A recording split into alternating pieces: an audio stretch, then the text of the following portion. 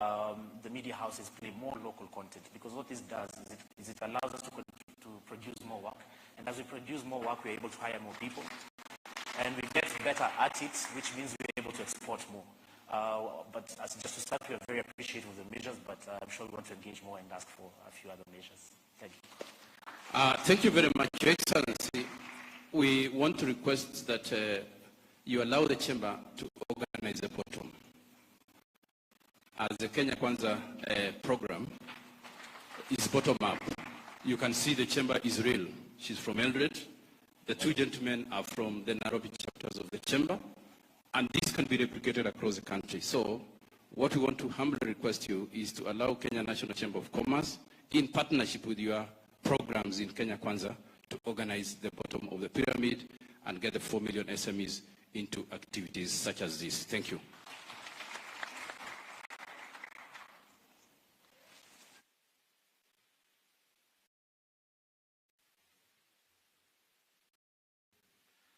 Asante sana, Dr. Ruto. With the gracious permission of Your Excellency, I will now invite the Chamber President, Kenya National Chamber of Commerce and Industry, Mr. Richard Ngatia. Bwana Ngatia, karibu sana. Your space.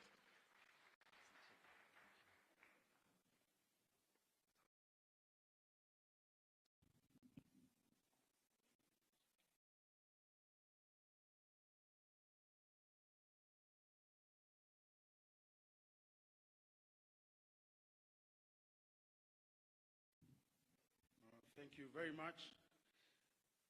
Your Excellency, the President of the Republic of Kenya, Dr. William Samoei Ruto, Your Excellency, the Deputy President of the Republic of Kenya, Rigathi Gachagua, Cabinet Secretary, Ministry of Trade and Investment, Moses Kuria, distinguished guests, ladies and gentlemen, let me say today, I must say thank you very much for taking time, your busy schedules, to be with us here today and join His Excellency to listen and have a conversation with the Kenya National Chamber of Commerce and Industry.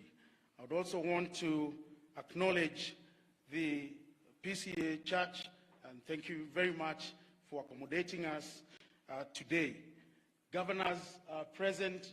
I want to really appreciate you for taking time to be with us here today. I want to also acknowledge the Board of Directors who are here with us. If you don't mind, you can just raise your hands from where you are or stand. Your Excellency, those are the Board of Directors. Thank you very much. I also want to recognize the AGM Planning Committee who have been with us for the last 2 weeks. From wherever you are, I feel appreciated. Thank you very much. Your Excellency, it is important for me to introduce to you the National Governing Council of the Kenya National Chamber of Commerce and Industry, and I would like them, from wherever you are, you can just stand up very quickly within very few seconds. I can start with the Coastal Region. Wherever you are, Coastal Region, please stand up. There, thank you very, very much. If we can have Rift Valley Region, thank you very much. They have come all the way, all the night, the whole night they've been traveling, and thank you very much, Asante. We do have Nyanza Region. Thank you very much. Your Excellency, we also do have Western Region. Asante sana. Lower Eastern, thank you very much. Upper Eastern, Asante. Do you have Northeastern? Thank you very, very much for coming. And of course, I'm sure we do have Nairobi region. Thank you very much. Have I left anyone? I think no. It is indeed Central. My goodness. I don't know.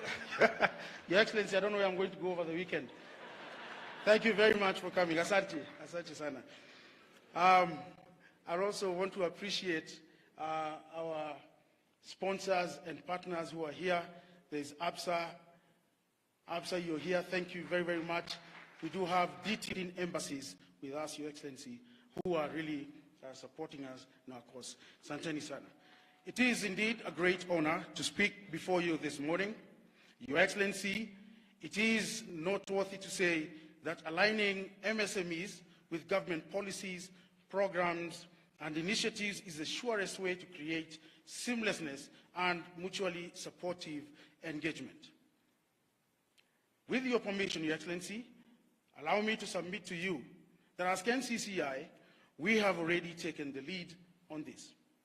The last 2 years have taught us one thing: we must build sustainable and resilient businesses. Many small businesses closed during COVID-19 period and took to digital platforms as an alternative for doing business. In the wake of COVID-19 pandemic in 2020, the MasterCard Foundation, who are here with us, Your Excellency, launched its COVID-19 Recovery and Resilience Program to support businesses to MSMEs. Institutions, individuals, and communities respond to and withstand the impact of the pandemic while strengthening their resilience in the long run.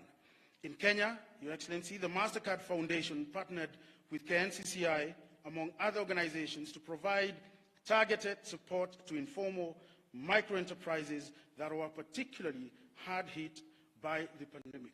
18,000 KNCCI members, majority women and youth entrepreneurs, received 535 million Kenya shillings collateral and interest-free micro loans, as well as digitally delivered training to sustain their businesses during this difficult period. We delivered and were very successful in this project. Thank you, MasterCard. Overall, the program created new digital channels to reach MSMEs and leveraged existing ones such as M-Pesa. It is estimated that COVID-19 Recovery and Resilience Program sustained nearly 43,000 jobs, of which 44% or 8,700 were held by young people and 84% or 16,500 by women. The loans disbursement officially ended in the year 2021 in May. Your Excellency, as KNCCI, we are in partnership with various development partners who are here with us. For example, AMREF Italia, where we have supported women groups, training and capacity building women.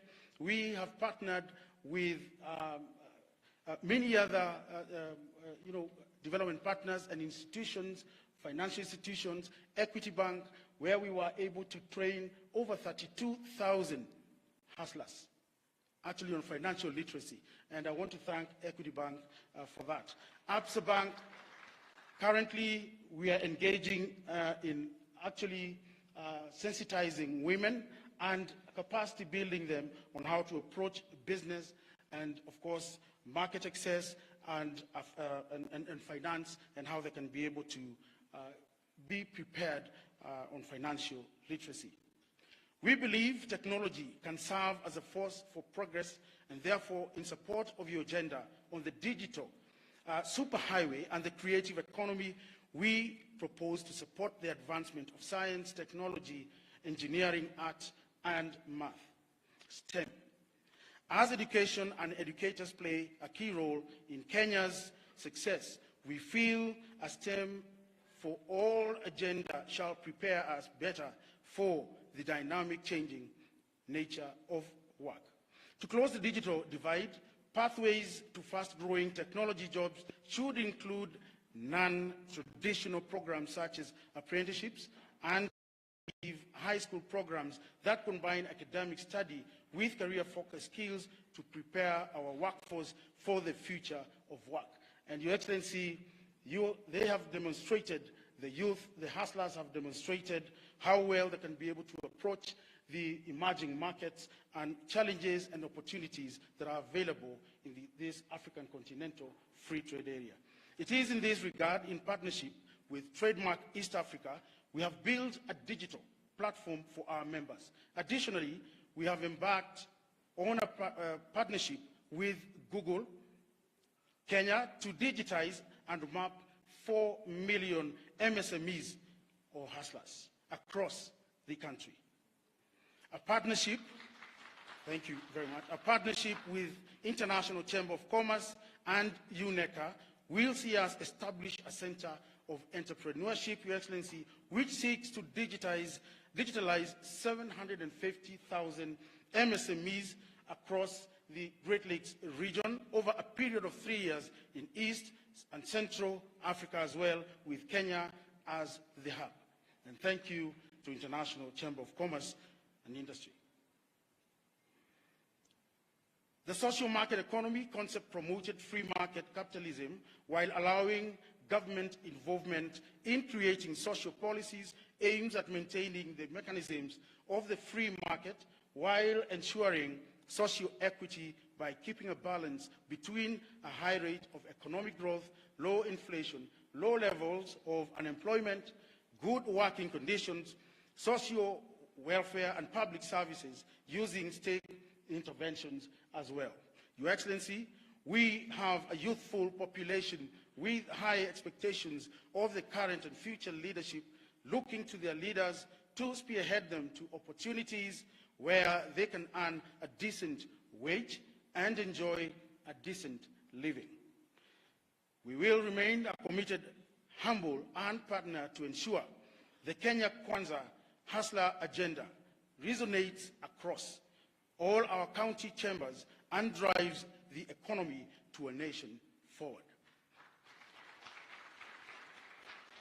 Your Excellency, I want to really thank you for taking time to be with us.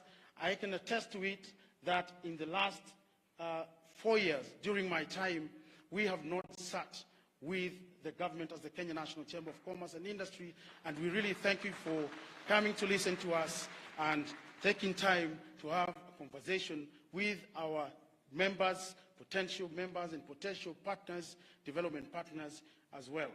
Your Excellency, I want to stop there for now, but I really want to thank everyone for being very patient. Asante, and God bless you.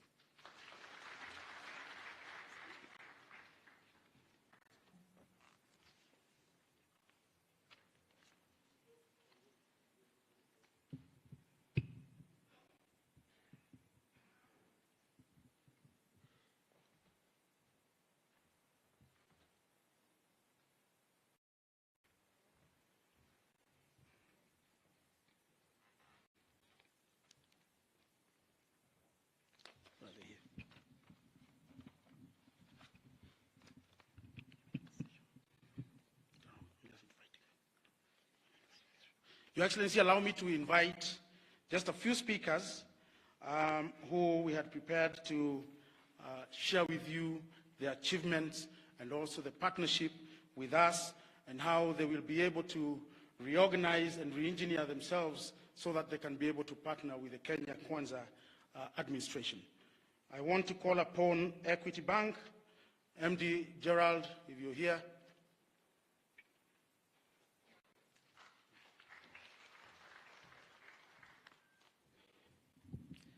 Your Excellency, the President of the Republic of Kenya, Dr. William Ruto, the Deputy President, Cabinet Secretaries present, distinguished delegates, ladies and gentlemen, good morning.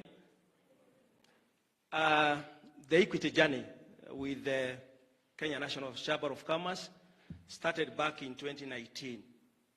And within the last 3 years, we have achieved quite a number of milestones. And I want to share with you some of the milestones that we have created with this partnership, because so far we've been able to train, and I think the President has mentioned, that 2,000 members of the Chamber of Commerce, where we have given them financial literacy, capacity building, so as to ensure that they manage their businesses in a professional way. Out of that 2,000 members, 28,812 are banking with us, and out of the 28,000, 6,630 have taken loans. And these loans are equivalent to 4.8 billion shillings which they have invested in their businesses. Your Excellency, we also continue to create market linkages and also support the businesses through trade missions. And in particular, I want to mention last week, we did have 10 US investors who came and interacted with some of the members. And we are happy the Chamber of Commerce President had the opportunity to speak to the members. And mostly these are the SME customers. Other than that, last year, Your Excellency, we managed to take a delegation of 300 businesses from Kenya to DRC. And out of this exposure visit, a number of them were able to establish business opportunities in DRC. And this is where our businesses will be able to do business in DRC, and also DRC were able to identify some of the opportunities. We have lined up quite a number of trade missions, locally, regionally, and also internationally. And we believe this is going to really impact heavily on the SME sector. Your Excellency, after the COVID, we as Equity Bank, we came together and we asked ourselves, what is it that we need to do? And we came up with a Marshall Plan. And in this Marshall Plan is actually cutting across all the regions we are operating in. And I believe Kenya is going to be the biggest beneficiary.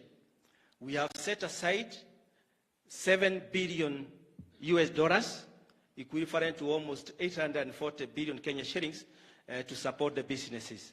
And out of that, the impact we are projecting is that it's going to create 5 million businesses across the region. And every business we are projecting is going to create another 5 individual businesses that are going to benefit individuals. So in total, about 25 million businesses are going to benefit. Out of that, Your Excellency, we are also projecting that 50 million jobs will be created across the region. And I believe this is going to have a big impact. We as Equity Bank are really very focused to support SME, because we believe SME are the greatest drivers of our economy. Again, Your Excellency, we have products specifically for the SME. We have working capital solutions. We have trade finance solutions. We have CAPEX solution to take care of our customers. So I'm extending an invitation to all the SME customers to reach out to our branches so that we can be able to support them financially. Your Excellency, thank you very much. Thank you very much, Mr. Gerald. I just want to ask the next speakers to observe time. His Excellency has humbly requested we spend with him 1.5 hours, and we have taken a long time already. So I'll ask you to spend not more than 2 minutes. I want to call the manager of Trademark East Africa. This is Ahmed Farah, who again, I said, are great partners, and they have been able to provide us with a platform where we can be able to reach out to everyone digitally. And also the certificates of origin that we issue to the exporters, they have been able to support us with the platform and that digital system. Thank you. Thank you, Bwanangatia.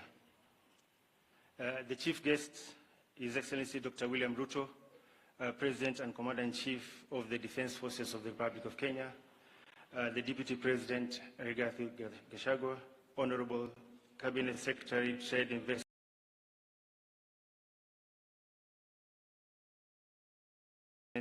and Industry, Bwana Moses Ku,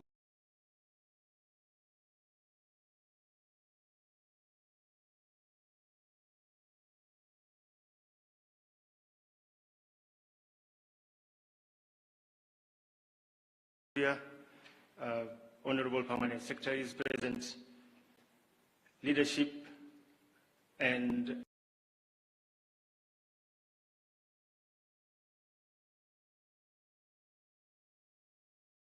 environment for private sector to thrive and support businesses to actively participate in trade to improve their livelihoods. Your Excellency, our Kenya program, the largest in Trademark East Africa is strategic because we recognize that Kenya is a major gateway to East Africa and a regional hub for trade, finance, communication, and transportation services. In the last 12 years, Your Excellency, Trademark East Africa has made some considerable contribution to trade in Kenya and the region.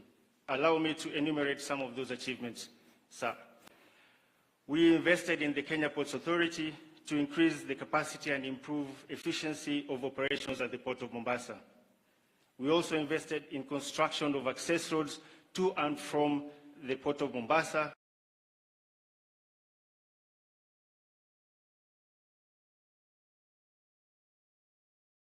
port gate expansion,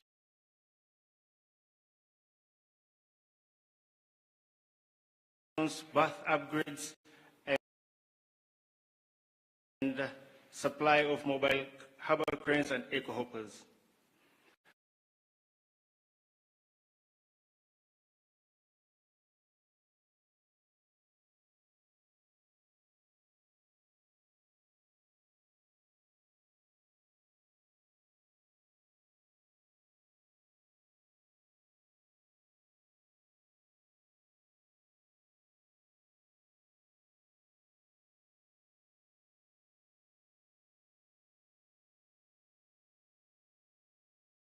Implementation of the single window information trade system portals, we supported automation of import and export processes for various government ministries and agencies. This greatly reduced transaction costs and time for businesses. Your Excellency, we will continue working closely with the administration, the private sector, and civil societies to advocate and initiate programs that will enhance countries' business environments, competitiveness to promote export-led economic growth. On our forward look, through our export readiness training program, we are targeting MSMEs to help them deliver marketable products on a global scale at competitive prices. Awareness-raising initiatives will be undertaken on the benefits of exporting and to provide a general understanding of exporting as a means of interesting more firms to export. Cognizant of this, and towards my conclusion, the key focus of this meeting, which is the Chamber AGM, I would like to appreciate some milestones the partnership between Trademark East Africa and the Chamber has yielded over the years. From 2015 to 2021, we supported the Chamber technically and financially to develop an online web portal management information system aimed at improving the management and administration of certificates of origin and managing Chamber membership. The system was rolled out in 2015 and has been operational since then.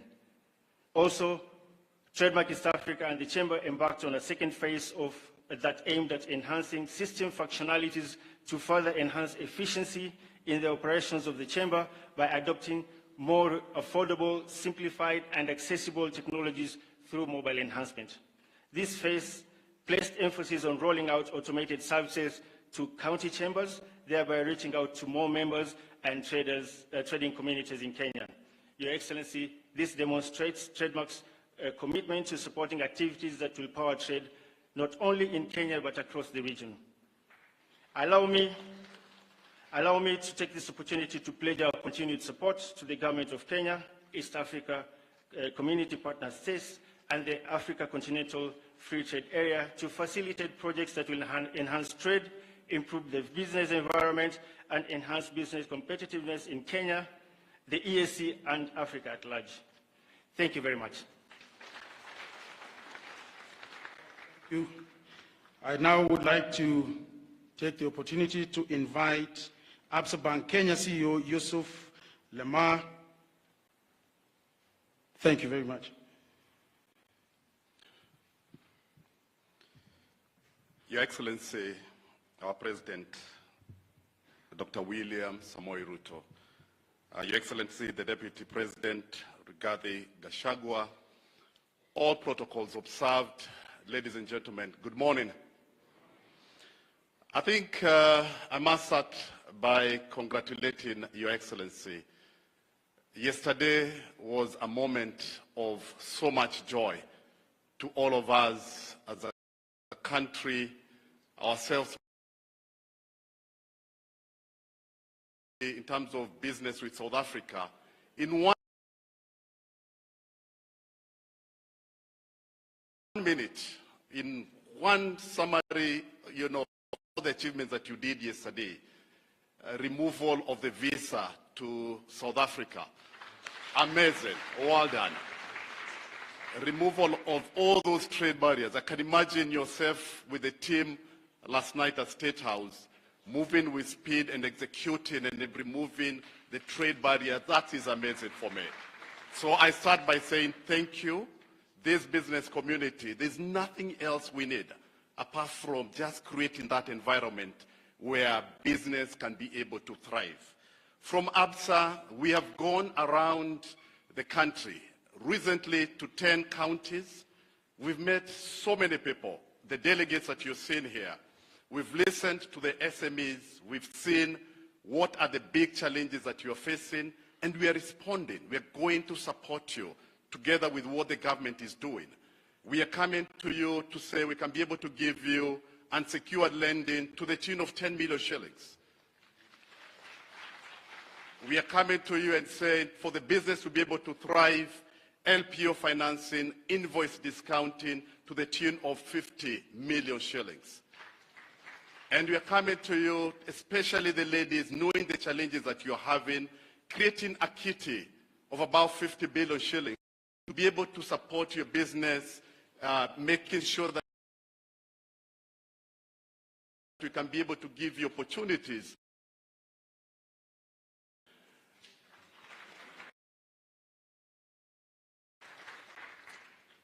We went to the counties and met quite a number of governors. And the governors told us in support of the president's Hustler Fund, which is about 50 billion shillings, which the president has promised by around December, you'll be able to come and make some announcements on it. The governors themselves, they've created their own revolving fund. And they've asked us, can you be able to help us in terms of managing the revolving fund and be able to see what you can be able to do from an ABSA perspective? We've moved on, we've committed. Whatever revolving fund that the different counties are going to come up with, we're going to match that and be able to make sure that this gets to the allocated, SMEs. Mine is brief, Your Excellency. I thank you from the bottom of my heart, together with, I'm sure, the entire nation.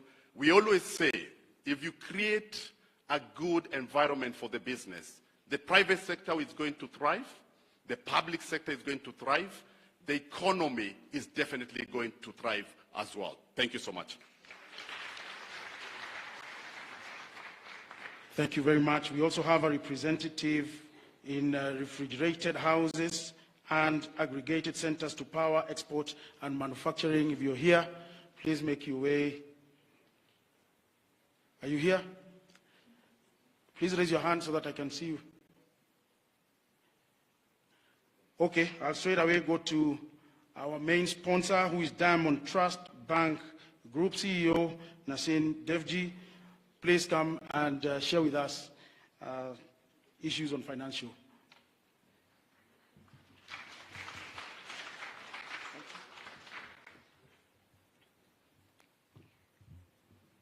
Your Excellency, the President of the Republic of Kenya, dignitaries present, ladies and gentlemen, good morning.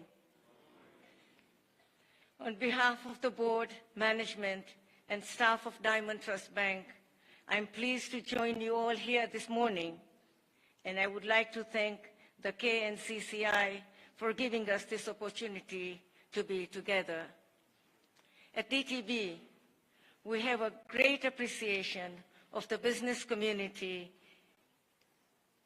in Kenya, specifically the micro, small, and medium enterprises. Our commitment is to support Kenyan micro, small, medium enterprises to advance and to ensure that the ordinary mwananchi can readily reach us for any of their financial needs. Your Excellency, we have a special focus on women and the youth as underrepresented segments in business. In line with this, we recently unveiled the DTB Zawadi Savings Account a savings product specifically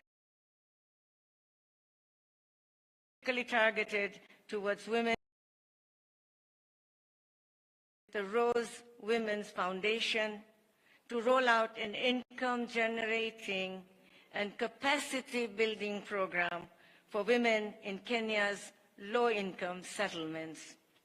In the markets, we have launched DTB Sokoni, a lending program for traders up to Kenya shillings 200,000.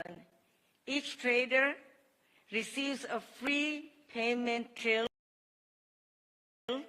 and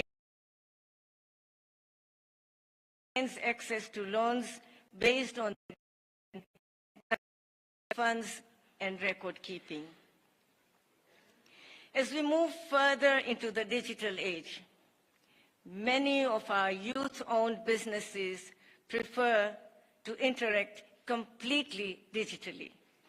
As such, we are developing Infinity, a phone banking application product that will equip micro, small, and medium enterprise owners. Your Excellency, one of the key factors that limits micro, small,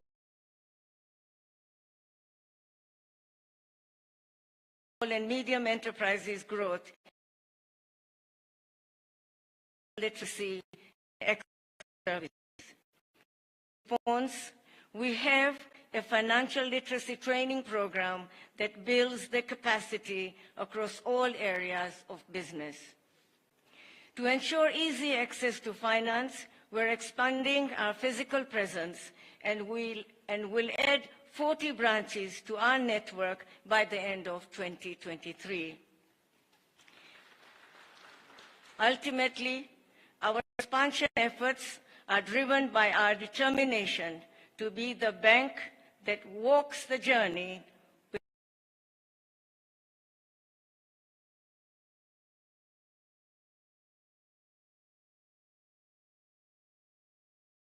micro and small businesses. From one level to the next, can bank with DTB and bank on DTB for support at all levels of growth. Thank you very much.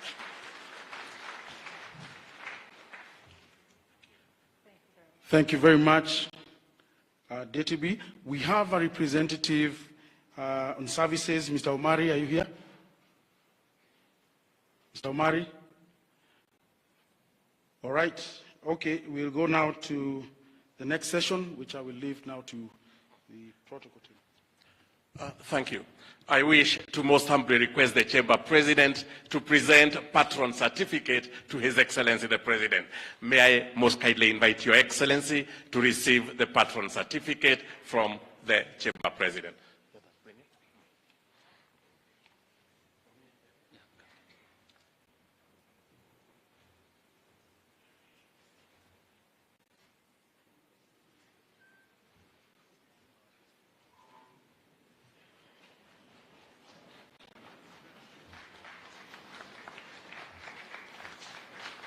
And there we have it, His Excellency the President being presented with the Patron certificate as the patron, the Kenyan.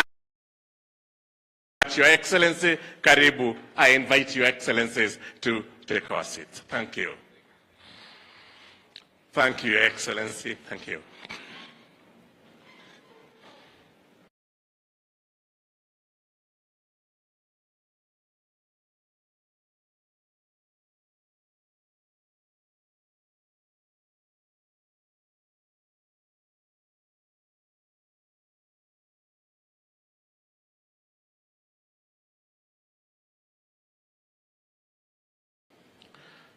And now, congratulatory.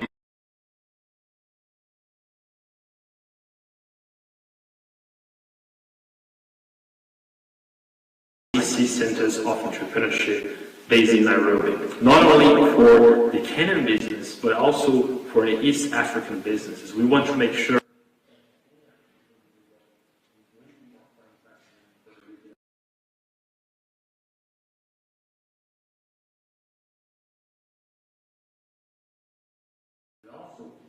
empowering the SMEs, the small business,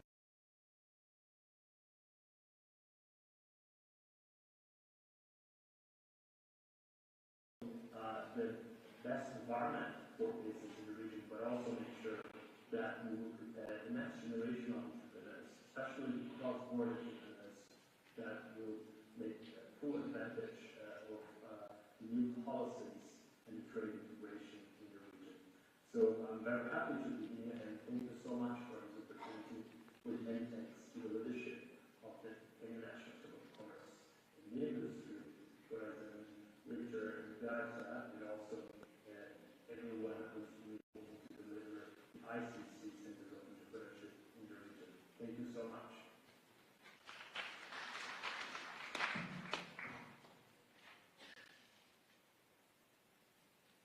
Greetings, everyone. I am Patron, the director of the ICC World Chambers Federation, speaking from our global headquarters in Paris. On behalf of Nicolas Uribe, chair of the ICC World Chambers Federation, I would like to convey hearty congratulations from WCM to the Kenyan National Chamber of Commerce and Industry on the occasion of its annual general meeting and the conference of its incoming patron president, William Ruto. We're proud of the progress made by the KNCCI as a premier chamber in Africa and the incredible job they've done in advocacy, economic diplomacy, and SME support. The participation of KNCCI in the activities of the International Chamber of Commerce and its World Chambers Federation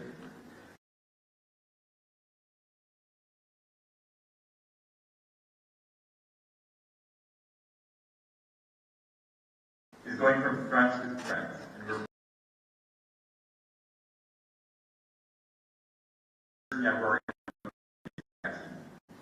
may you have success in the year to come, and you can count on the support of the ICC World Chambers. Thank you very much.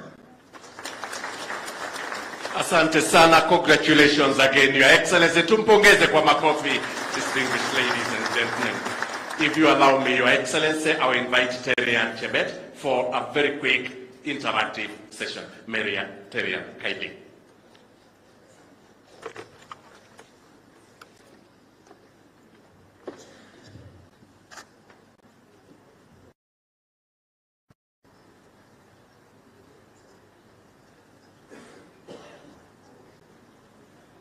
Your Excellency says Kenya has an estimated overall small business count of just over 10 million businesses, and that's depending on the data that you choose to decide on, with about 200 businesses registered daily in 2020.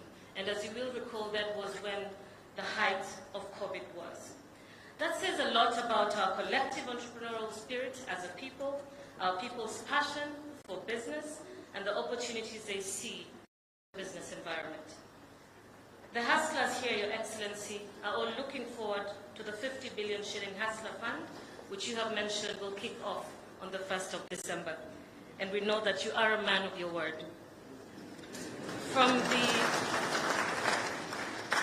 the earlier presentations, you can see that these hustlers, Your Excellency, are not begging for free money. They only want cheaper and more accessible credit. This session will be an interactive session with your fellow hustlers, Your Excellency. They want to share with you their dreams for their businesses and how your government can catapult their business and impact even more.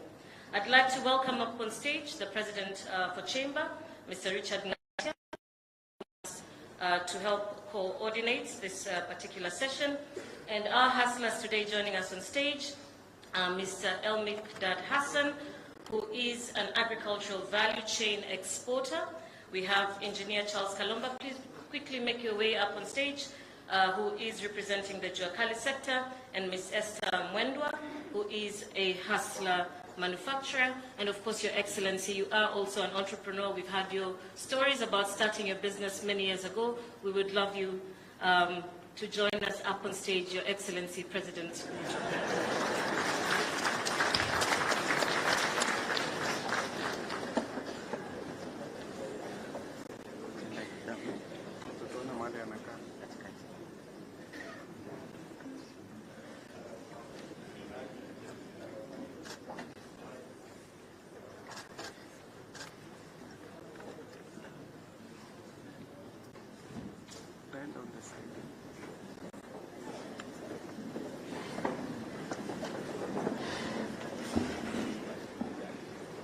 All right, thank you so much. I'd like to start by asking the younger hustlers represented up on stage to begin by sharing a little bit about your story for His Excellency to understand. Excellency. May we kindly get a microphone?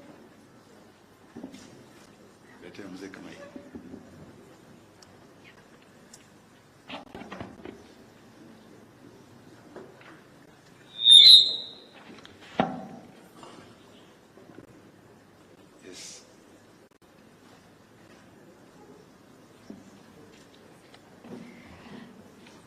His Excellency, President of the Republic of Kenya, Dr. William Ruto, distinguished guests and gentlemen, and all protocols observed, good morning.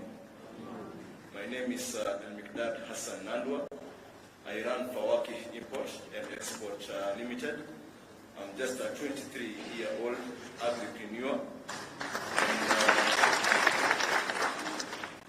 and we do export of fresh fruits and vegetables from Kenya to the world. We export avocados, mangoes, and pineapples, and every other fruit which we are able to export and licensed to do so. At the moment, we employ more than 50 workers, and we work with more than 20 farmers, both large scale and small scale. Right now, we are doing 196 tons monthly, and we have orders for more than 600 tons monthly, but due to challenges young hustlers like me face, we are unable to meet the orders because of things to do with finance. Basically, for us to be able to do that, we need a big amount of money, which is around 70 million, of which a young hustler like me, it's difficult to get such an amount. Basically, for us to start this business, we wanted to do something that we are able to also earn from, but at the same time, to also help our economy grow, whereby we believe that in exports, we bring money to our country, whereby we are also able to help the population, whereby you can see the families that we are able to feed, the farmers that we are able to support. At the same time, there are some challenges that we also face as exporters, which of recent is the case that exporters lost in court, whereby the levy that we pay was increased from 30 cents per kg, and at the moment we are paying 0.25% of the invoice value, which is kind of expensive for us, basically because the 30 cents per kg that we used to pay it quarterly, but at the moment now the 0.25%, we have to pay it in advance, which is almost 12,000. So for example, if a young entrepreneur wants to start working and doesn't have the money, it's difficult for him to be able to access the market and to be able to export. Another thing is the delayed VAT refunds, whereby we believe as exporters we are supposed to be supported by the government, whereby if we can have a system whereby we can get refunded our VAT immediately as other countries do it, we'll be able to increase the volumes that we do, because with that VAT refund, we're able now to increase the volumes that we do and do our work as expected. Another challenge basically in the international markets is a non-payment from clients, whereby you export to a client, but basically they don't do according to your agreement. And because the consignment is in another country, when you even go to the other country to open a case, you lose it because basically they'll favor their national. So we have to do something about that. Maybe we can put a restriction. Basically, all Kenyan produce of a certain type goes at a certain price. If we want to export, maybe they have to do it you have to show that you've been paid already, which will compel even all the importers to work on the same one. We as Kenyans will not lose money in the market. Thank you, Hassan. We can stop it for there now, and then we'll come back in a moment. I would like to hear a little bit more from the others, and then we will also engage in a little bit more detail once we have the introduction from the other panelists. Wendwa, let's come to you. Please introduce your business to us. Your Excellency, the President of the Republic of Kenya, Deputy President, distinguished ladies and gentlemen, good morning. My name is Esther Ndenya, and I am in the manufacturing sector, food production value addition.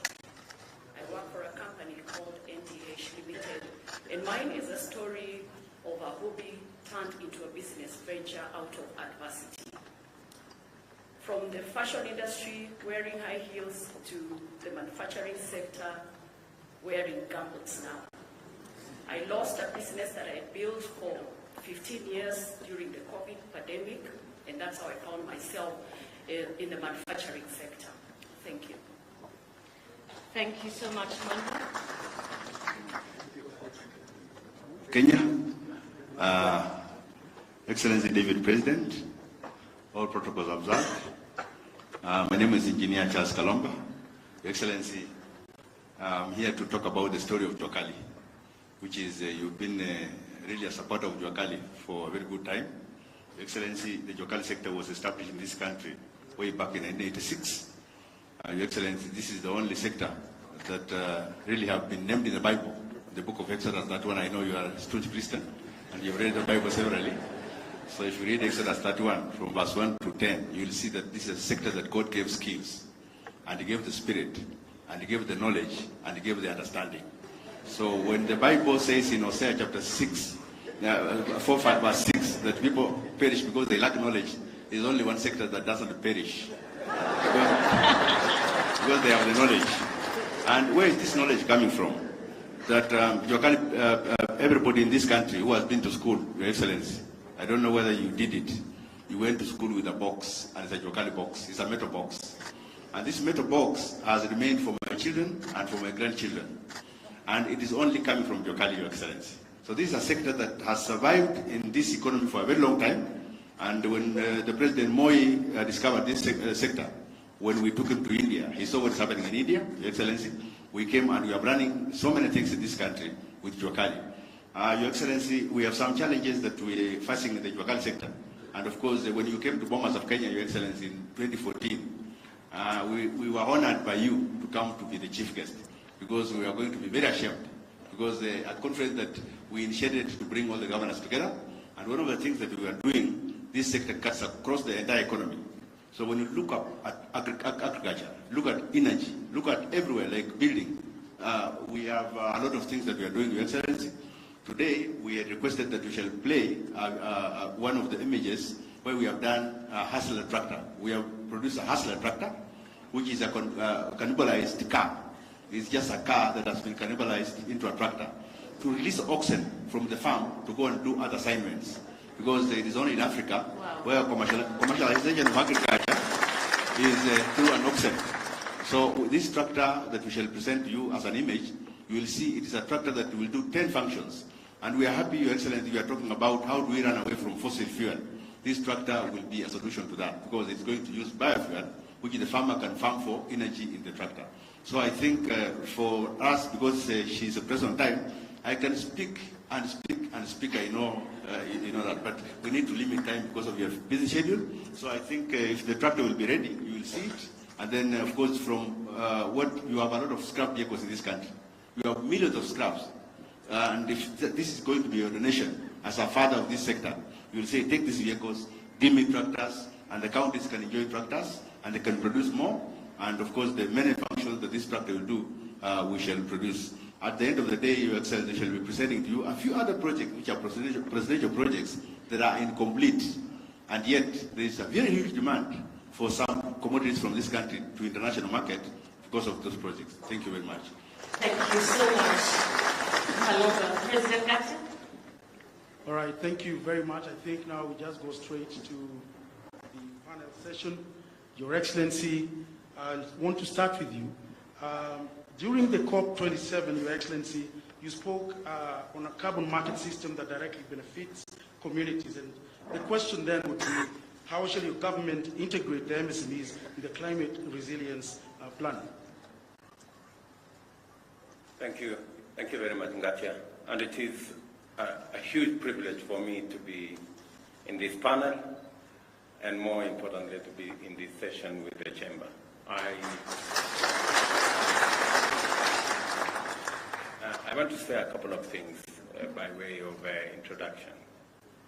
I am a great believer in the Chamber of Commerce.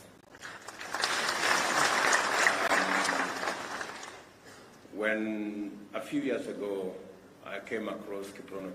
He knows because he's here. I encouraged him to be part of the chamber because I saw the way the chamber was going. It had become a hostage of people who did not have the capacity to run a proper chamber of commerce. I am happy that today we have a chamber of commerce that we can say is fit for purpose and working with the government, with all the sectors, to project the right image of our country. I want to say congratulations to the chamber. You are doing a good job. Secondly, I agree with you 100% that the chamber can work with the government to organize the bottle.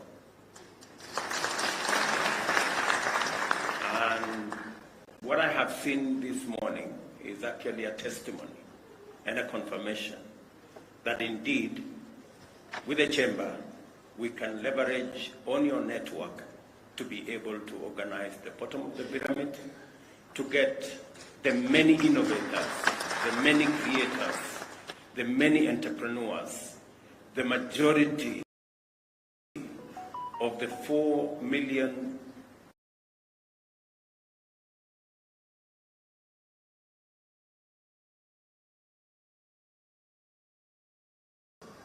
to Eugene, who spoke earlier, and they present and they represent our future.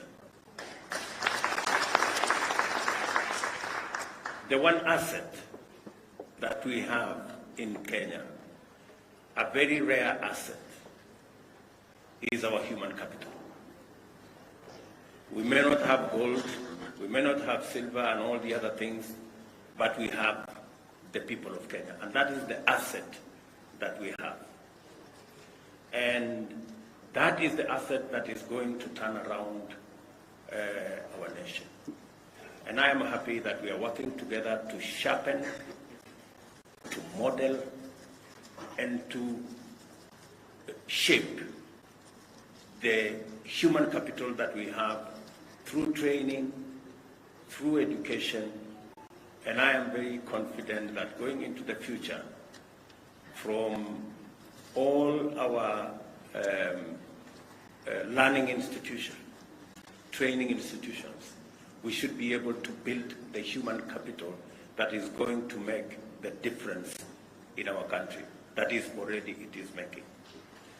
That's one asset. The other asset, apart from sharpening that asset through educational training, we need to fund. And I am very happy that we are having a conversation and even listening to my great exporter here.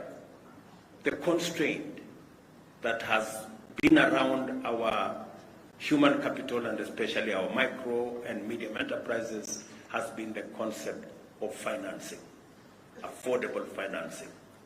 I have listened to the banks who spoke to us here, great people from Equity to APSA to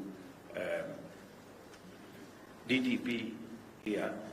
I really want to persuade our financial institutions, yes, to be flexible in how they lend their finances, but also to consider the aspect of cost. What is the cost of finance? I would have been very happy to hear Equity Bank say, we're going to lend to SMEs on a single-digit interest rate. And I really want to challenge our financial institutions with tremendous respect that it is possible and it is time that we inspired our micro and small enterprises by ensuring they have access to affordable credit. The government of Kenya is going to work with you as we fashion the Hustler Fund. I want to promise the country that the Hustler Fund is going to be on a single-digit interest rate, and progressively for the smaller enterprises, we will begin with just a simple fee, without interest, because we want to fire the bottom of the pyramid. That is where the engine of our economy is. The other item, listening to all these people, apart from finance, is technology. We must leverage on technology to be able to be efficient and effective. And that is why, if you see our manifesto, we talked largely about SMEs, because we know that's where the jewel is.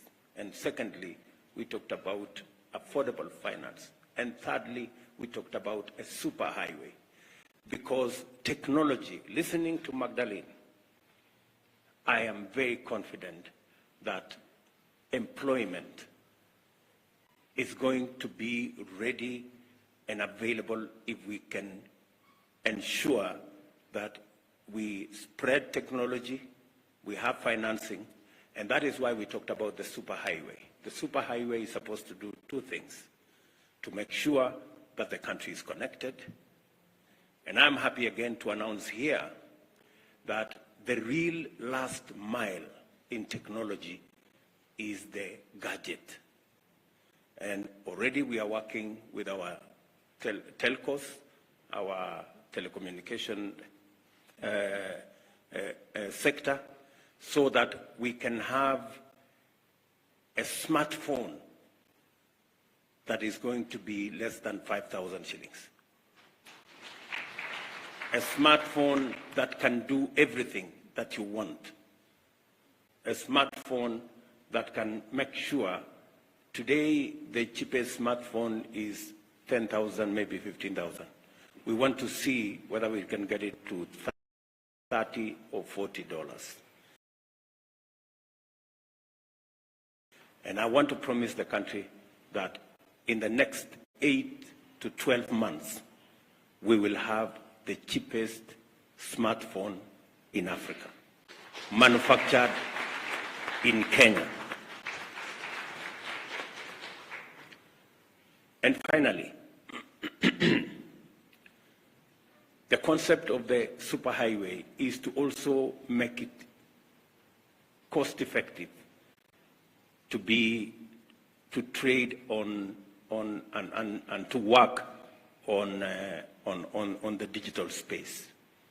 And again, let me use this forum to say we have about 15% of government services on the digital platform.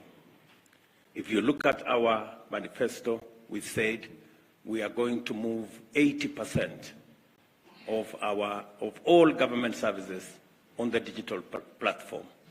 Again, let me announce here that we are working on it, and by God's grace, between 6 and 12 months, we will have moved 90% of all government services onto the digital platform, and ensure that from the comfort of your home, you can work with the government. You can get your licenses. You can get every government service online without having to travel to any office, without having to go to any park. And again, to use the digital platform to also collect our taxes. So, good people listening to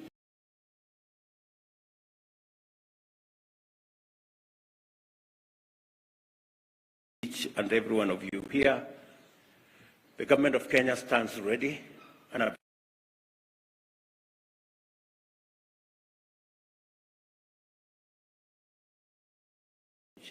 I'm going to encourage my brother from the Juakali that we are going to look at them, not just doing this, the tractor that uses renewable energy.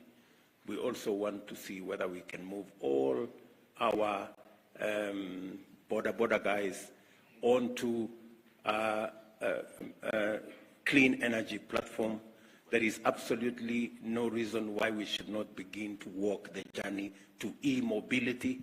All our vehicles, all our border guys should be on e-mobility. We should be able to convert all the borders we have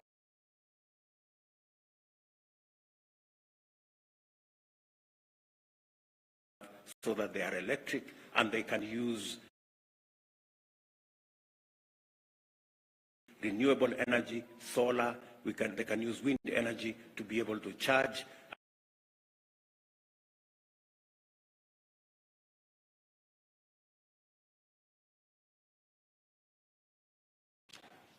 Thank you, Your Excellency. The Juakali has always been very ready from birth, and we know very well we prayed, and God brought us a person who thinks like us.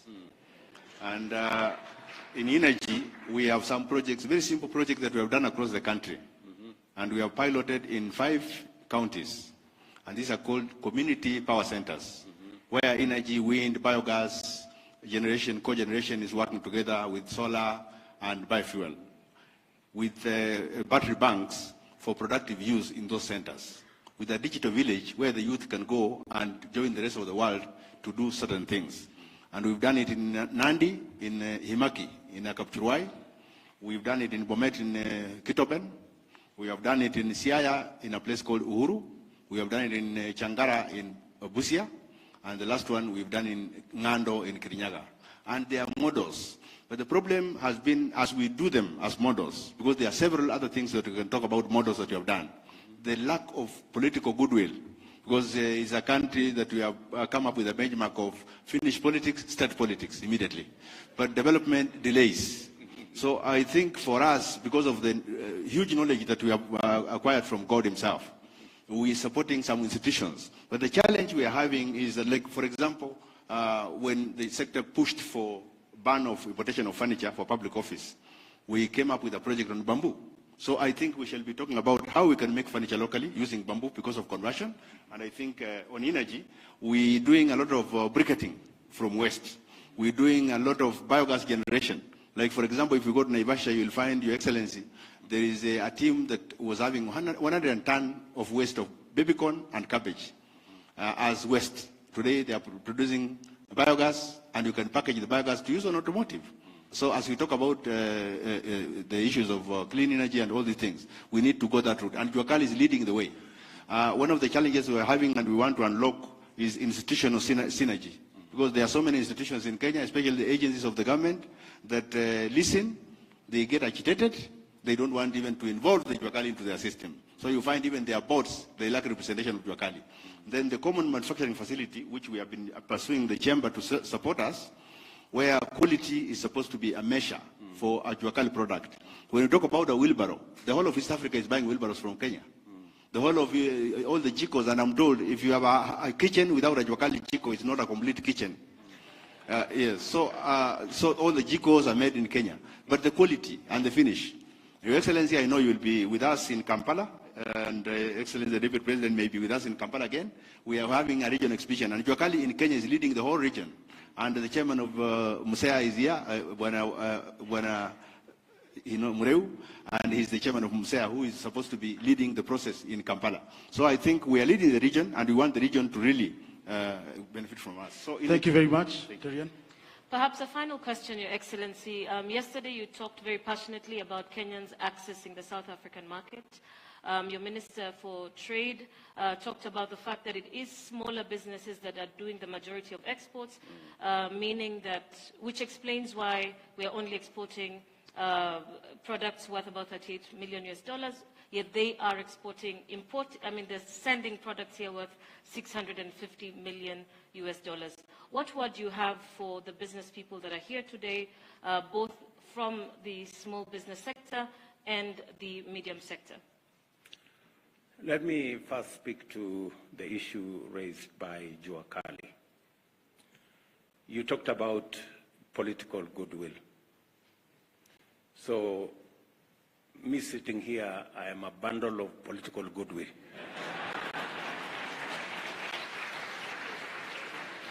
So, at least one issue is out of the way.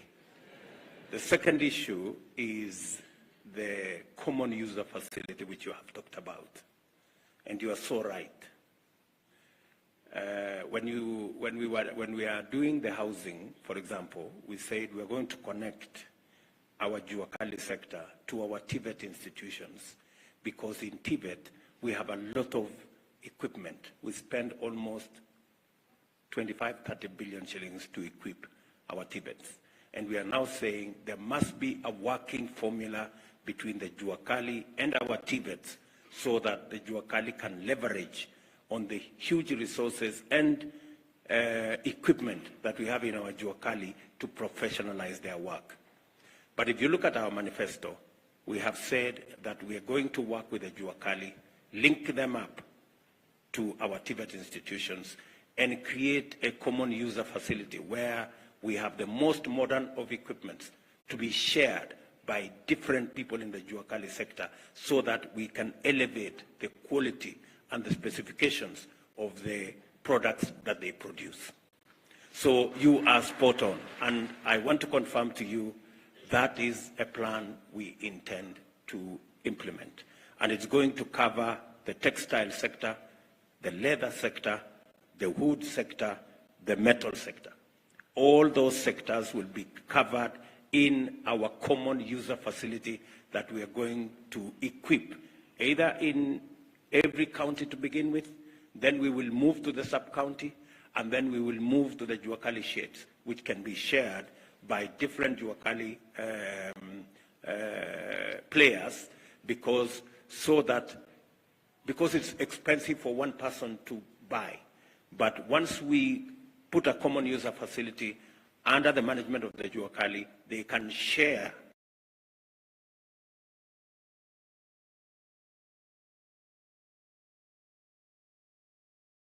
in the common user facility for all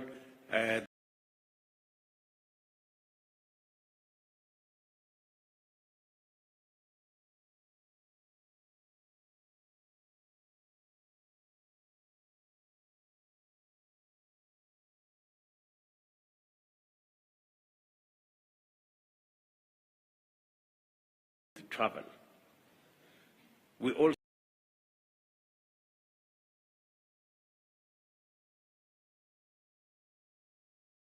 here, the ban will be lifted so that our products can access the South African market. We cannot sell our tea to South Africa. We have a challenge selling our pineapples. We have a challenge selling our avocados, as was mentioned by this young man. The issue was that we are operating on different phytosanitary requirements. We have said we are going to harmonize our phytosanitary regulations so that by January we can be able to access the South African market as they access our market. That way we can begin to bring down the difference in the trade levels between our two countries. As was said, they are selling to our country $650 million US. We are selling only $40 million to the South African market. And yet, the primary or the premium products that we'll be selling to South Africa have barriers. One of them is tea, and I persuaded the President of South Africa that by January, February next year, we should be able to export our tea to South Africa. And I do that for all the other countries, including our neighbors, and I want to persuade all of us here, whether you are in fintech, whether you are in agro-processing, whether you are in the Juakali sector, we must focus our market beyond Kenya. And that is why we should leverage on the East African community, and more importantly, we should leverage on the infrastructure given to us by the Africa Continental Free Trade Area. Africa, ladies and gentlemen, is our market for our tea, for our coffee, for our milk, for our fintech, for all the products that we produce. We must raise our horizon to the 1.2 billion people in the African continent. And we must target the 2.7 trillion GDP and make some of it Kenyan GDP. And I am ready, I am willing, and the government of Kenya is going to work with each and every one of you in your sectors so that we can scale up. I like the words of Magdalene. She said, her enterprise is scalable and her enterprise can be expanded. You know, I really like that. And that should be the mindset that we have as Kenyans. Thank you, sir. Thank you very, very much, Your Excellency. I would want to go straight to Esther. And you've listened to His Excellency, and he's demonstrated on how his government will facilitate the private sector. In your view, Esther, what would you want the government or the private sector to do, particularly in value chain and the agro-processing, in terms of sustainability? First, Your Excellency, as you know, the manufacturing is quite capital intensive to set a manufacturing plant here. And it's also a challenge for the hustlers to be able to access financing. I'm calling myself an hustler manufacturer because I got into manufacturing food production with no food technology, knowledge at all. I am a product of the Kenya Industrial Research Institute. First, some of the challenges that we have is malt licensing. We have to pay so many licenses to be able to set up, plus the fees. At least you need 400,000 to be able to set up a factory in Kenya. I don't know how many startups will be able to afford that. Some of these licenses can be grouped together and it can be made cheaper. Annually, for renewals, we need at least 200,000. That is quite expensive for a startup. Another thing is on the taxes. It's like getting a baby and expecting this baby to feed herself in less than a year. So we are requesting for moratoriums or a grace period to be able to get on our feet so that we can be able to pay taxes without default. And another thing, we are also having very good fabricators locally. We also need the fabricators to be empowered financially so that we can be able to access machinery without really spending so much, and they can also be able to give us credit terms. In terms of financing, we would like to see a grace period given to any facilities that is extended to us in terms of loans for us to be able to stabilize before we start paying, and if at least we can be off from 6 months and above, because manufacturing is quite requiring. So these are some of the things, and also sensitizing just the consumers on the Buy Kenya, Build Kenya initiative so that we can also be able to support the products that we manufacture here, because I believe we are competitive in terms of packaging. We've really upped our game in branding, and we are good to compete with the international market. A month ago, I was in Germany and I looked at what is there, and the products that we are having out there internationally are as good as the products that we are manufacturing here and branding here. So we need support in those areas. Thank you. Thank you very much. On that note, we'd like to close our interactive session.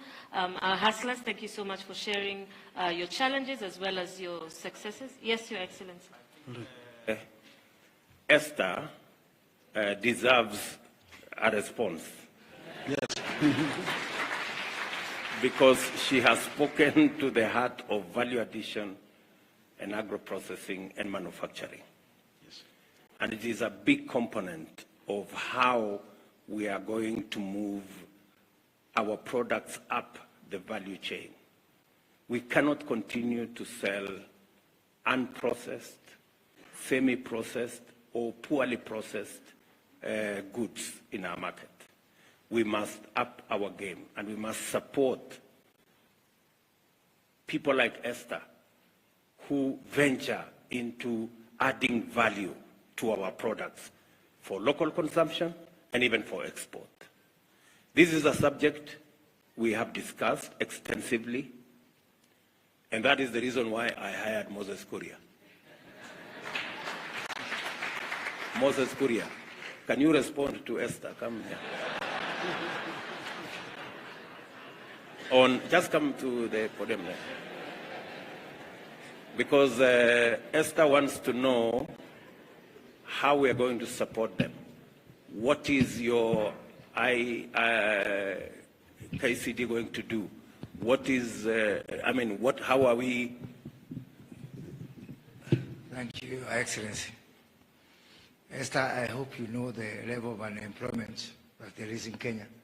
So please don't add to it by getting me fired.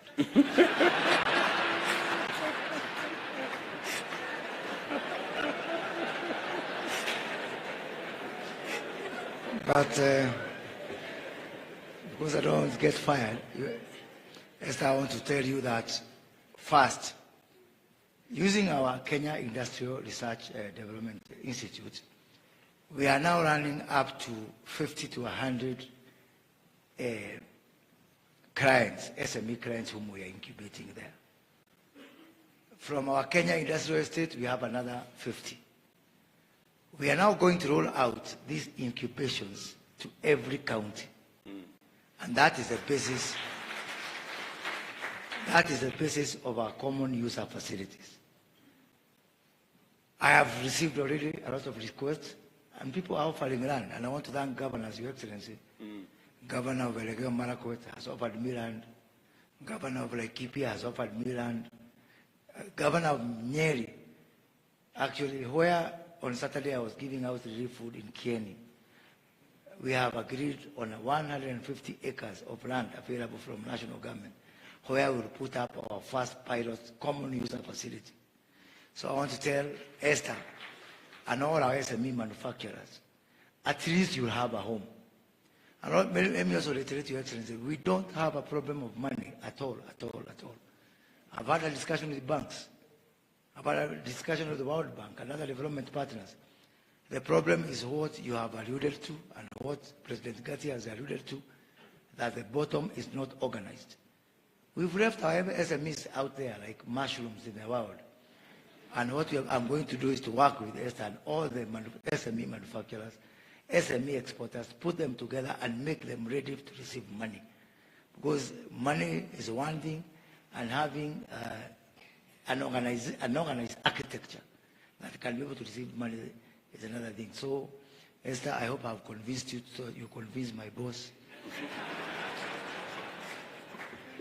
And let me add here, when some counties are giving me land to do common user facilities, other counties are saying they want land, they want to encourage squatting on public land. And that difference, Your Excellency, will start to show. I'm not in a mood to fight. I've fought enough in my life. But you start to see the difference between progressive counties that want to be partner to us and Kenya Kwanza government in developing the manufacturing agenda, the export agenda for the benefit of our people. And counties which make a wrong turn and take us to the past where we were fighting and being antagonistic, you are going to see them start to lag behind others. When that happens, don't blame it on witchcraft. Thank you, Excellency. Thank you. Thank you, Moses. Just to add, I intentionally decided to have a ministry for SMEs and cooperatives. Because for a very long time, SMEs have been relegated to some department in some corner. And by so doing, sometimes they get forgotten. I now have a minister who wakes up and sleeps SMEs and cooperatives. To do two things: to make sure that SMEs are organized, to make sure that SMEs are made business ready, and to make sure that SMEs are made funding ready, so that we can catapult SMEs to the next level, where we create big corporations out of small SMEs. For the record, Equity Bank, that is telling us today they have $780 billion or something like that, was once upon a time a small SME somewhere in Murang'a. So the small SMEs that you see here today, the outfit run by Esther and all the other small and micro enterprises here, have the capacity to be huge corporations if they get a hand up or a leg up, and if they get the necessary support. And I want to promise you that that is why I am sitting here, to give you assurance that we are going to work with you so that we can grow our SME sector to help us create wealth in our country. Thank you very much, Your Excellency. Waziri Kuria, it seems your job is secure. Yes, Your Excellency, as we close, there is a question that was posed from the floor, and this is because of the issue of climate change. In the world today, you'll find industrialists actually have exhausted their carbon credit. Now, in Kenya today, because of the drought, we are trying to raise funds so that we can support certain areas.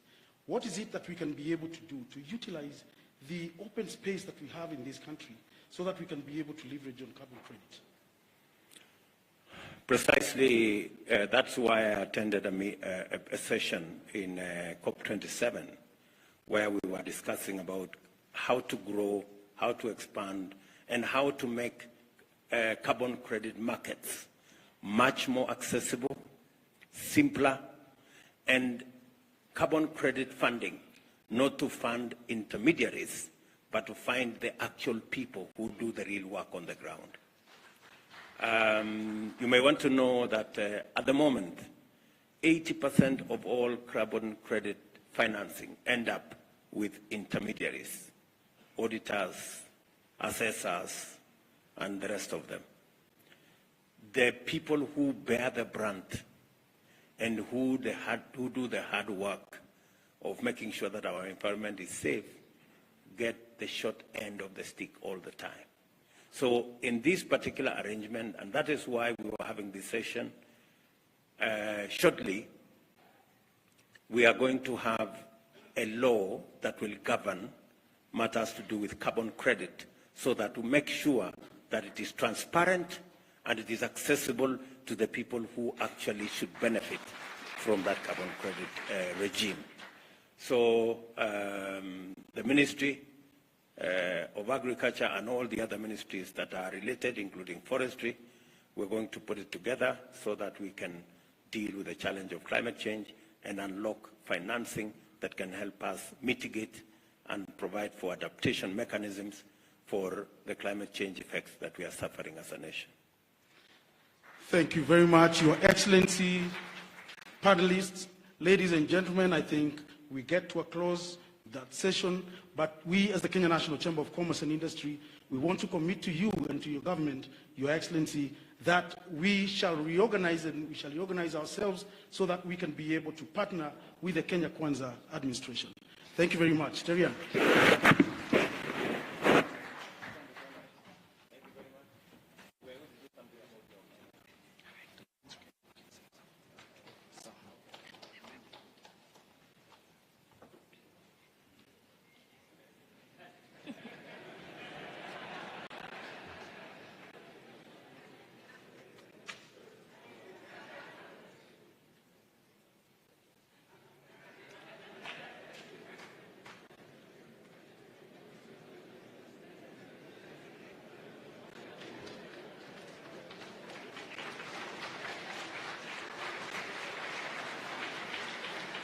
Thank you so much, Your Excellency. Our panelists, you may now take your seats.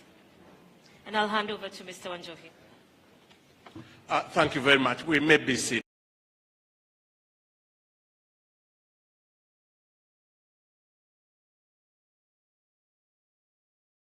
Please, with the gracious permission.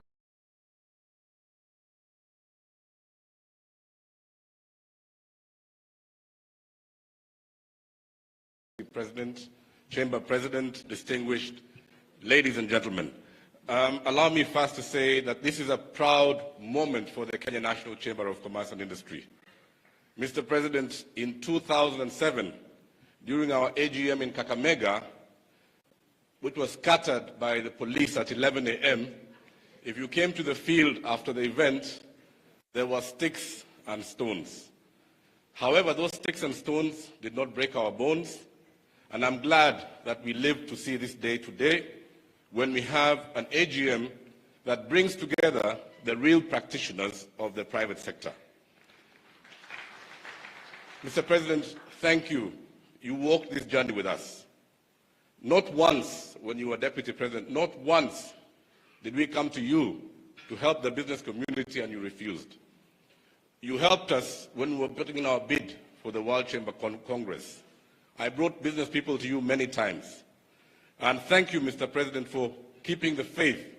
One day I came to your office, at the DP's office, to tell you that we had given up the fight to try and take over the chamber. And I remember we had lunch in your office, and when you came into the lunchroom, you said to me, "Umefukuza hawa kora, umetook over."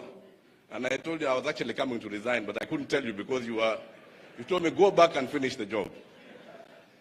Let me just say quickly, Mr. President, that capital is a coward. Global capital seeks to come to Kenya. There's too much money in the world seeking a home where it can earn a return. What the business community globally and locally wants is predictability, is reliability, is seriousness in approach.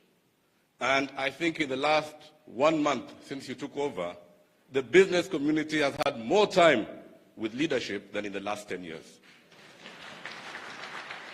And if that's anything to go by, Mr. President, I think we are in for good times. Mr. President, finally, let me just say we appreciate very much your choice of Moses Kuria as our cabinet secretary. He's engaged, he's focused, he's resourceful. The other day he told the PS, some of the CEOs in his ministry, that atawaendesha kama gari ya miraa. And some of them wanted to resign, but I think we know we are in for a time when we have to work as a country to lift and raise all the boats. Mr. President, I think what these people want is just an environment that is predictable.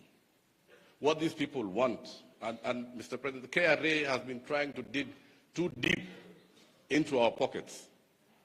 We need the chamber and such like bodies that can actually expand the tax base in order to allow you to fulfill the agenda of helping this country.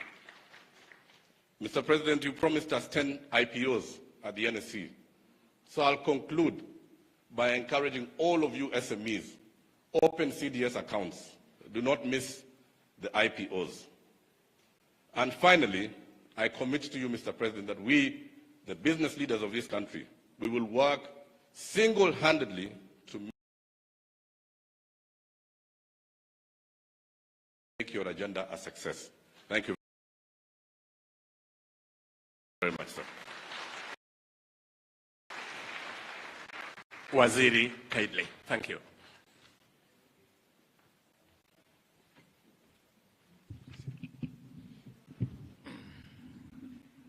Thank you. Your Excellency, the President of the Republic of Kenya, Your Excellency, the Deputy President, Chairman, President of the Chamber, the Board of KNCCI, Chamber members, ladies and gentlemen. Your Excellency, I want to thank you yet again because of your continued commitment to our business and economic agenda. Your presence here today is yet another manifestation that what we told the people of this country, that the economy will be at the heart of our administration, is actually becoming a reality. All your trips that you have made out there are in the names of business.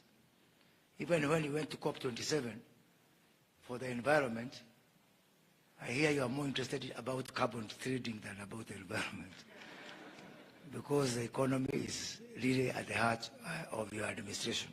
I do want to thank you. And even here locally, I want to apologize because these people, Kiprono, myself, Gatia, we've put you from one event to the other. We really apologize, and we promise to do it again. because we have to continue with this until people get to understand that really the economy is at the heart of this government. And I'm pleased to hear one of the young men who are presenting there talk about how they are going to contribute to the NSSF. It means that message of yours is getting somewhere. It may appear difficult, but tunashika. So just be patient with us. Tutaelewa tu pole pole. So just the same way you fed us on the bottom-up agenda until now it has become a national anthem. The Hasra Fund has become a national anthem. So even the other things we're trying to do, like mobilizing savings and organizing the bottom, tutaelewa. Like yourself, I'm a fan of the chamber. I've worked out there for close to a decade. And out there, when you buy a car, you need to get a stamp from the Chamber of Commerce. When you buy a cat, you need to get a stamp from the Chamber of Commerce.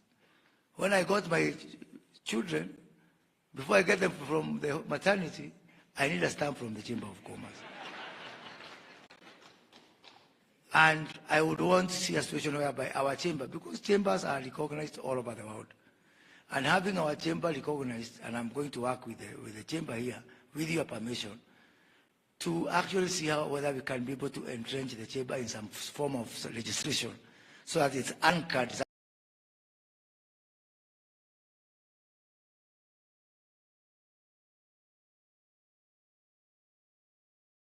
somewhere within the law.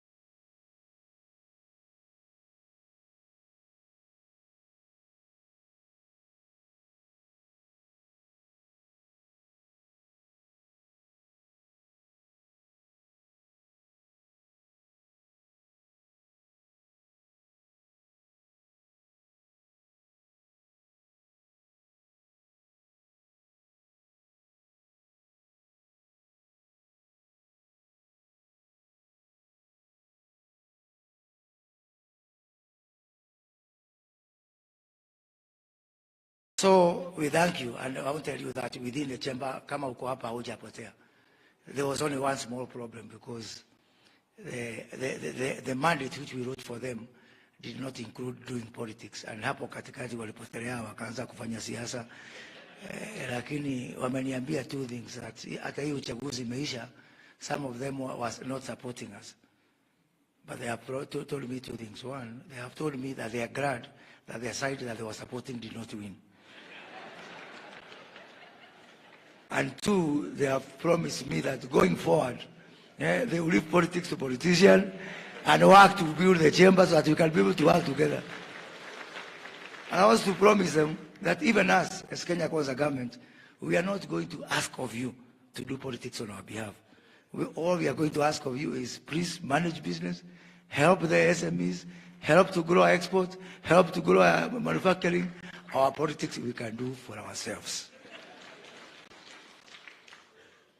The project of reforming the chamber that Trademark East Africa is undertaking to be able to organize the bottom is a shared agenda with our government. My ministry is involved in that particular initiative.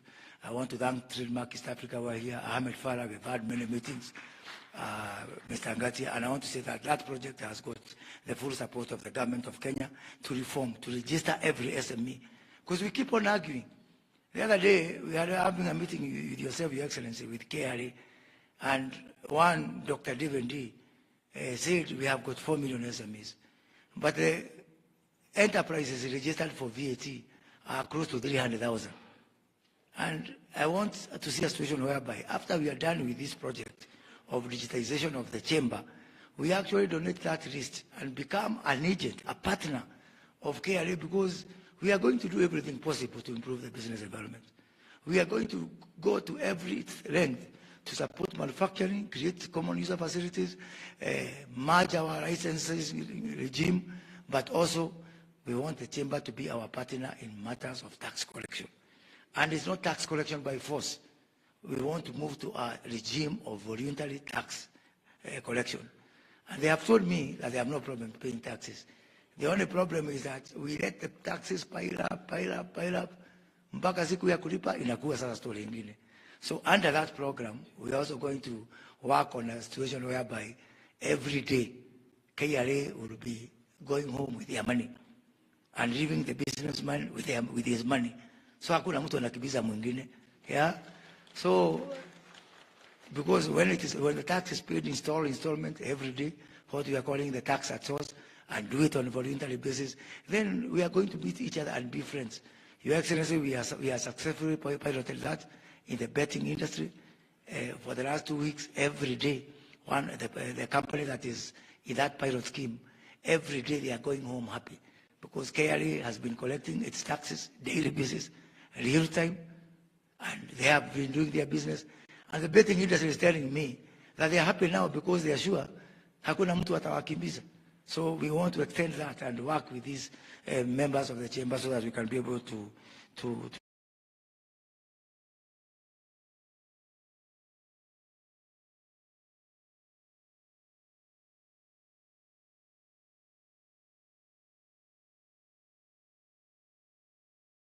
reform that.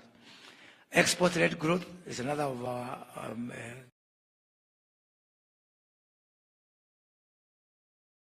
markets. We are going to build warehouses in Johannesburg, in Cape Town.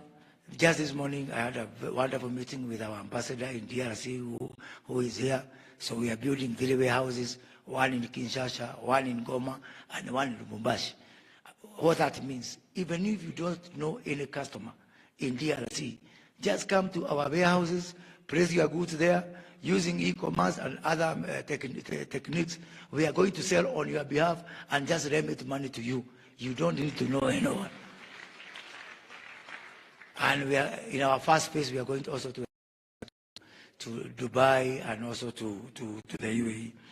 Your Excellency, I have seen our friends from the stock market is here, and I don't want to lose that opportunity by saying, one, we want to have a new conversation. The old conversation based on borrowing, based on debt, based on budget deficit belong to the old Kenya. I have a new passport I'm giving these people, and Gatia was among the first people to receive it. What we are calling the new passport. The new passport to a new conversation based on opportunities, based on investment, based on trade, and based on shared prosperity. Sio kuongea mambo ya madeni kila wakati. I'm not saying that debts are not good. I've seen bankers here and don't want to be blacklisted. But we are saying at the same time, let's have a new conversation. And I'm discussing with the chamber how they are going to join our common investment pool for the private sector, what we are calling Sanduku, for partnering on our affordable housing and other projects. We have agreed with the Nairobi Stock Exchange that they will take up on our behalf our commodities exchange, so that partnering with the Kenyan National Trading Corporation, we can be able now to start trading goods on the NSC the same way that the shares are being traded, and that will lead to a very efficient market. Finally, Your Excellency, because you have done so much for us, we have a gift for you today. And that gift, which these people know very well, we have a facility known as the Joint Loans Board, and most of these people are partakers of that Joint Loans Board. The Joint Loans Board, so far, has lent, we have got close to R1 billion out there, and we are holding their titles, their driving licenses. I want to return them to them. In return, they will join the Hustlers Fund. So when you are counting your customers for the Hustlers Fund, count that already you have got R1 billion out there, which these people will come and convert. And in addition to that, and I've discussed this with my colleague Simon Cherugui, we have got $250 million that has not been dispensed. So that money, I've just told my peers, by close of business, when we have got the regulatory framework, must be transferred to the Hustlers Fund. So not starting the Hustlers Fund, we have no excuse now. Pesa iko, nimekupatia pesa leo. And also, the trade officers who are dealing with this Joint Loans Board are going to be retrained on dispensing the Hustlers Fund. And we are donating to Simon Cherugui 2 trade officers in every county. Each county will have 2 trade officers, already they are on government payroll, and they'll be the nucleus of the people who will be working with the chamber and with our SMEs to give them the education and the training they require to make the Hustler Fund a success. Nowadays, everybody is talking about the Hustlers Fund, including very big manufacturers, very big people who I didn't even know that they know that hustler exists. But because of your continuous education, everybody is singing the same song of the hustler, and now because of our donation, we can be able to kick off. And with those very, very, very few words, let me take this opportunity to invite my good friend, my boss, the Deputy President of the Republic of Kenya, Honorable Rigathi Gachagua, to address and invite the President.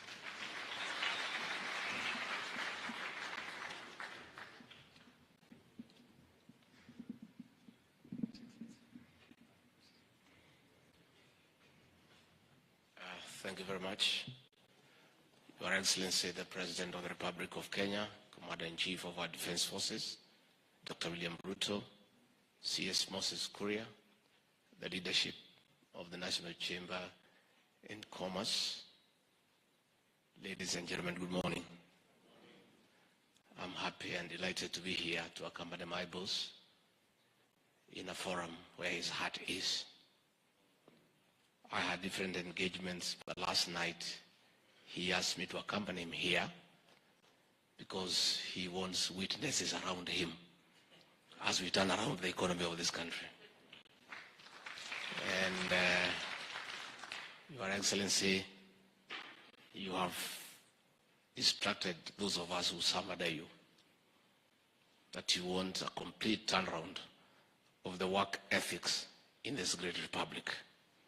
And you have told us so many times, and we have heard, that you want every leader who serves under you to keep time so that we save time and make money. You have told us that it is unacceptable in your government for any leader who serves under you to keep the business community waiting even for 5 minutes. And that is why we were here on time, because that is the way things are being done in this country. Your Excellency, you have indicated, and rightly so, that your administration has brought a new management style of continuous engagement with stakeholders. And that is why for the last 1 month, you have engaged the Kenya Association of Manufacturers. You are here today, you are the Nairobi Securities Exchange, and you have created time for the creators of wealth. These people, Your Excellency, to be truthful, had been incited against us. They were told we are bad people, that we don't mean well for business, that we only care about the hustlers. They even went ahead to threaten them that we can take away their wealth and the balance we give it to the hustlers. These people now know that we are the people they needed around this country. The problem of Kenya for many years is just one. Professors of political science, the greatest economists, can write many things about the problems of Kenya. The problem of Kenya has been one of leadership. And you people know, for your companies to succeed, it must start with the CEO. If you get it right at that level, you are good. True or false? What Kenya needed was a CEO who knows what he's doing, who has time, who has the energy, who has the passion, and who is willing to be a team leader of this great country. And I want to say, much as you people were incited against us and you almost gotten lost, the ordinary Kenyan knew the kind of leadership this country needed. Be as it may, from where I sit, listening to the president every day, his leadership revolves around investors,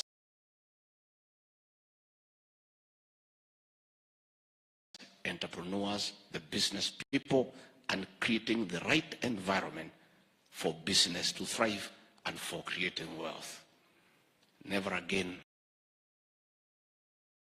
in this country, under the Ruto administration,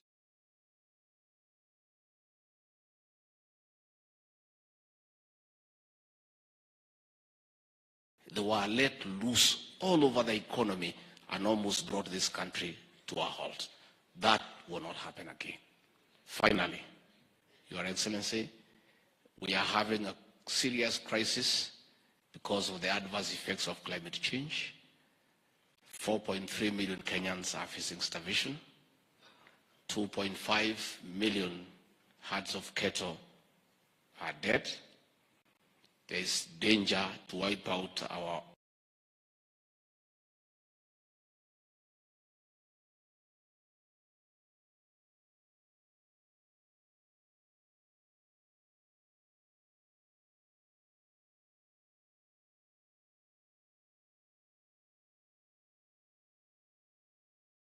wildlife, and we are having meetings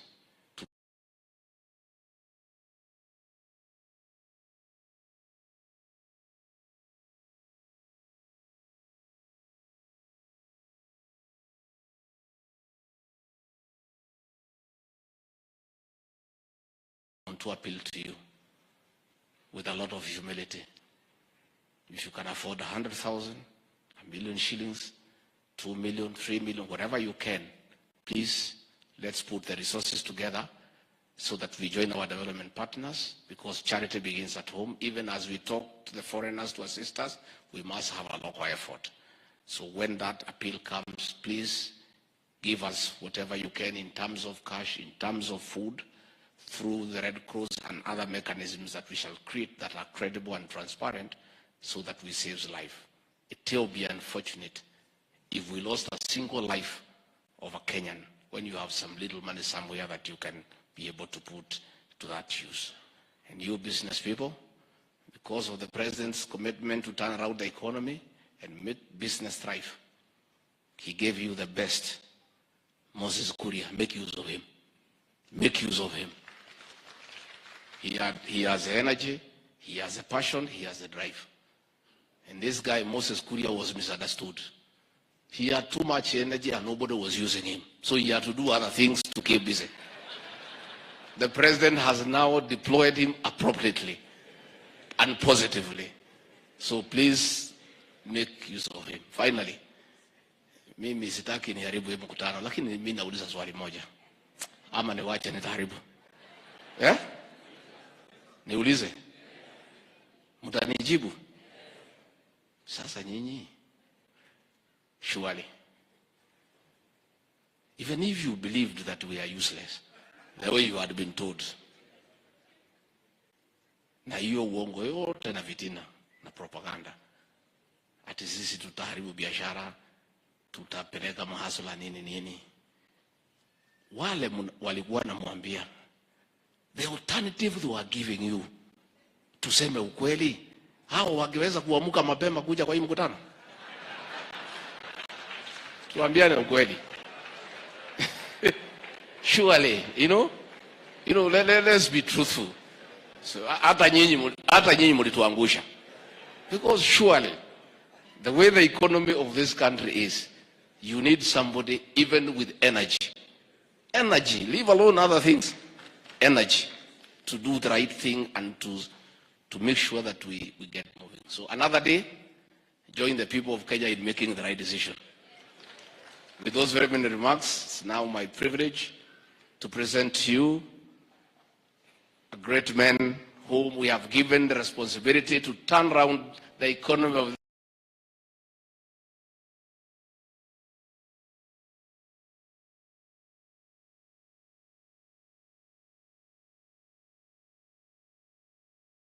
this country, President William Samoei.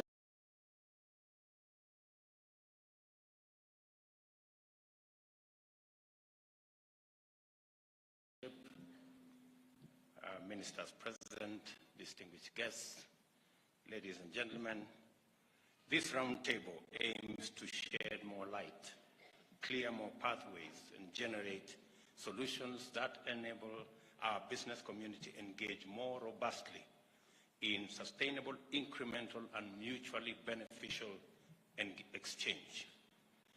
We will focus mainly on the digital and creative economy, manufacturing, business environment, climate change, and agriculture. it will become clear that these issues align with the urgent deliverables set out in our plan for rapid socio-economic transformation of our country. Therefore, they resonate powerfully with our government's agenda. Stakeholders are clear, listening to them most of this morning, that they want to see the digitization and automation of transactions in order to take more economic activities to the domain of the digital economy. Towards this end, export documents will be digitized to reduce transaction costs, and business information will also be digitized and consolidated in an integrated portal. And Moses Kuria here has the brief on how to go about it. There is also a strong request to reduce tariffs on digital products, not only to lower cost, but also increase incentives for developers, as well as traders and consumers. And I listened to Magdalene, she spoke so passionately about that. And to strengthen the sector through education, skills, and training, we shall have a strong program to support the establishment of innovation hubs for the development of skills, talent, and incubation of startups, and the whole array of services and funding instruments, from funding startups to making sure that we have venture capital so that we can do more research and more trials of what works. We will also deepen the teaching of science, technology, engineering, and mathematics, and entrench an apprenticeship framework in the education curriculum. I have already instructed the ministry in the Tibet sector to make sure that our Tibets are made technology compliant and more apprenticeship and more industrial training and industrial attachment is carried out as a means of equipping our young people with the skills that can make them job creators. The truth is that we are living in the digital age, and e-commerce is a big part of our economic reality. Consequently, it is important that we empower small businesses to thrive in the online marketplace. Our first order of business is to develop a policy framework to protect and support youth in the creative economy. This entails facilitation and capacity building of mainly youth-owned MSMEs. And as I said earlier, that is precisely why I pronounce myself on the creative economy under the Ministry of ICT and having a standalone ministry for SMEs, because this is the sector that will turn around, in my respectful view, our economy. The second related agenda is the urgent need to lay down MSME-friendly consumer protection and intellectual property framework.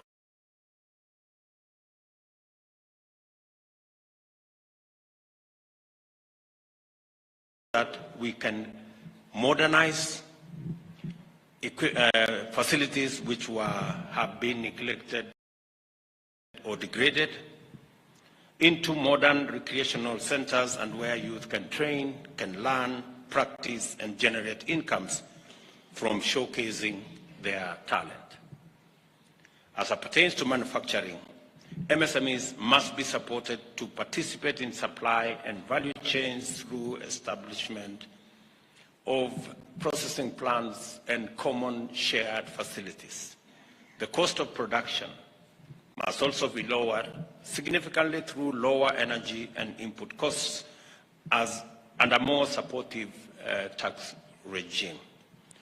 As I have said, our tea, we are selling 95% of our tea in a semi-processed state. And I have said that we are going to have a common user facility in Mombasa at the Dongo Kudu complex so that we can begin the journey to add value to all our teas, create jobs, and access better value for our farmers. It is also essential to develop a sound and competitive industrial knowledge base by entrenching research and development of facilities and training SMEs on appropriate technology, new and cost-effective machinery, as was said by my good friend from the Juakali sector, that indeed we can develop appropriate, effective machinery locally, working with our Juakali sector. This is especially urgent in the agricultural sector, which can unlock tremendous new potential merely by deepening technology penetration. Finally, it is time to upgrade current markets to serve as modern manufacturing centers, complete with shared facilities for small businesses to enable them produce consistently at competitive rates.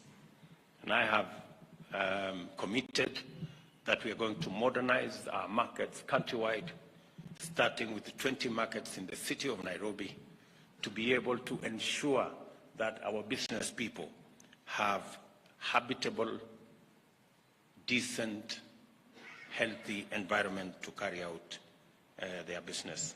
And I confirm that there exist promising opportunities for the private sector to invest in key development projects in various sectors under the PPP model, and we will deliberately create opportunities for the private sector to tap into key development projects through this partnership. A case in point is our housing program.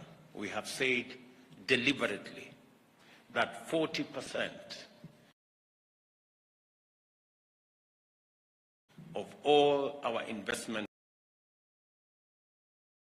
in the Juakali sector and other sectors. And already they have demonstrated capacity to do it. In one project alone in Kibra, the Juakali sector will take 40% of the cost of that project by doing doors, windows, hinges, and all the other products. And we have already aligned them with the TVET so that they can be able to improve the quality of their product.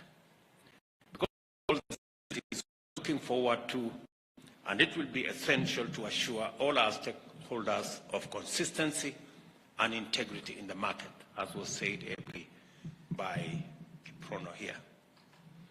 I have just returned from COP27 at Sharm el-Sheikh in Egypt, where I marketed Kenya's green credentials. Apart from our clean power generation from hydro, geothermal, wind, and solar, we are aiming to secure a global leadership position in carbon adaptation through an unprecedented drive to grow 15 billion trees in the next decade. And I look forward to the partnership of the Chamber in this endeavor. We also have the intention of following through with our e-mobility and renewable energy, as I mentioned to the Juakali here, that we will work with them on e-mobility to change, to refabricate all our e-mobility tools so that we can be able to transit from dirty energy. In addition, we will invest in constructing shared solar-powered cold storage units to reduce post-harvest losses, increase agricultural productivity, and protect farm incomes. Unlocking the true potential of MSMEs in our economy demands that we all collaborate with the private sector. Working together, we will create new opportunities that will transform our economy and our country. And I want to ask all the players working together, synergized, and we will provide the necessary space for all of us to contribute our ideas, and we believe that always a good idea should be able to give way to a better idea. That's how we can move together in unison. Ladies and gentlemen, I want to thank all of you for finding time for this engagement. I value this engagement, and I look forward to many more as we look into the future. Tomorrow, I will be having another engagement with our pension schemes, the people who decide on our savings, again, to be able to work with them to build our savings culture, to secure our present with investments, and to secure our future with pensions.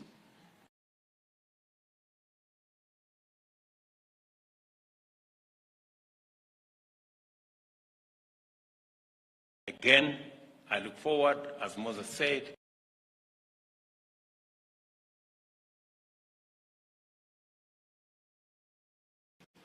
convenient and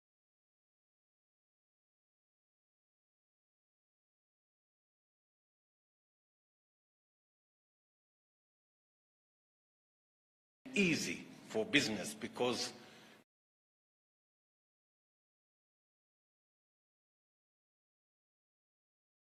for us to grow our economy and develop